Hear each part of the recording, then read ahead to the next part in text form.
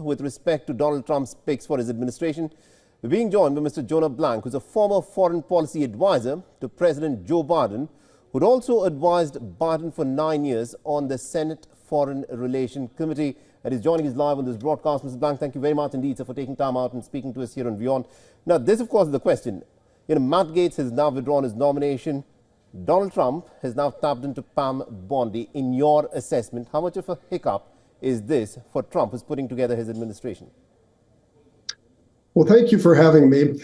I think that this really is not going to say a whole lot about which of Trump's manifestly unqualified appointees actually get through.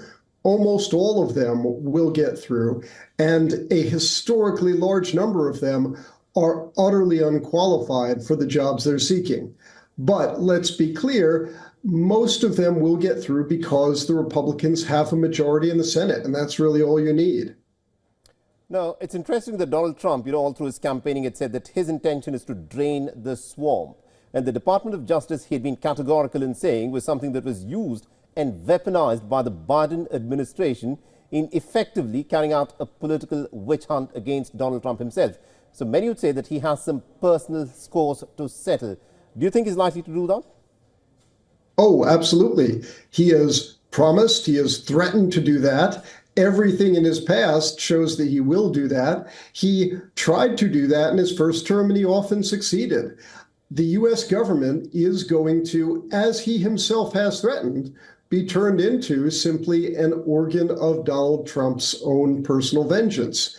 Pat Bondi, let's remember, she was bribed by Trump to drop the legitimate allegations of fraud against Trump University.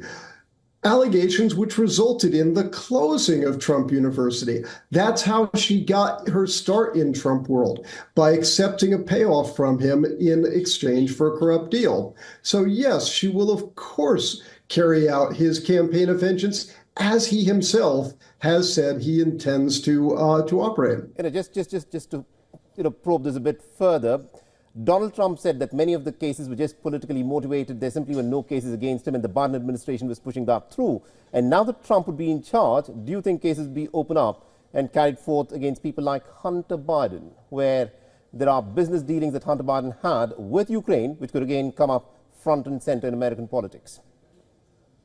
I don't know that Hunter Biden is going to be a major issue. I mean, he has legitimate cases that Biden's own Justice Department have pursued against him and resulted in convictions. So that really, I think, is essentially a side issue. That shows that under Joe Biden, the Justice Department was nonpartisan. Look at the people who Biden's own Attorney General prosecuted.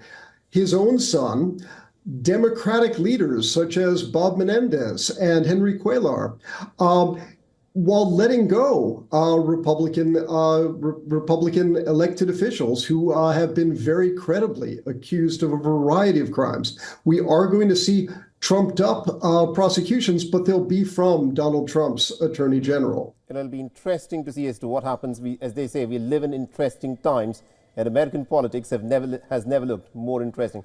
Thank you very much indeed, Mr. Jonah Blank, for joining us and getting us that perspective there. Thank you for having me. For all the latest news, download the WION app and subscribe to our YouTube channel.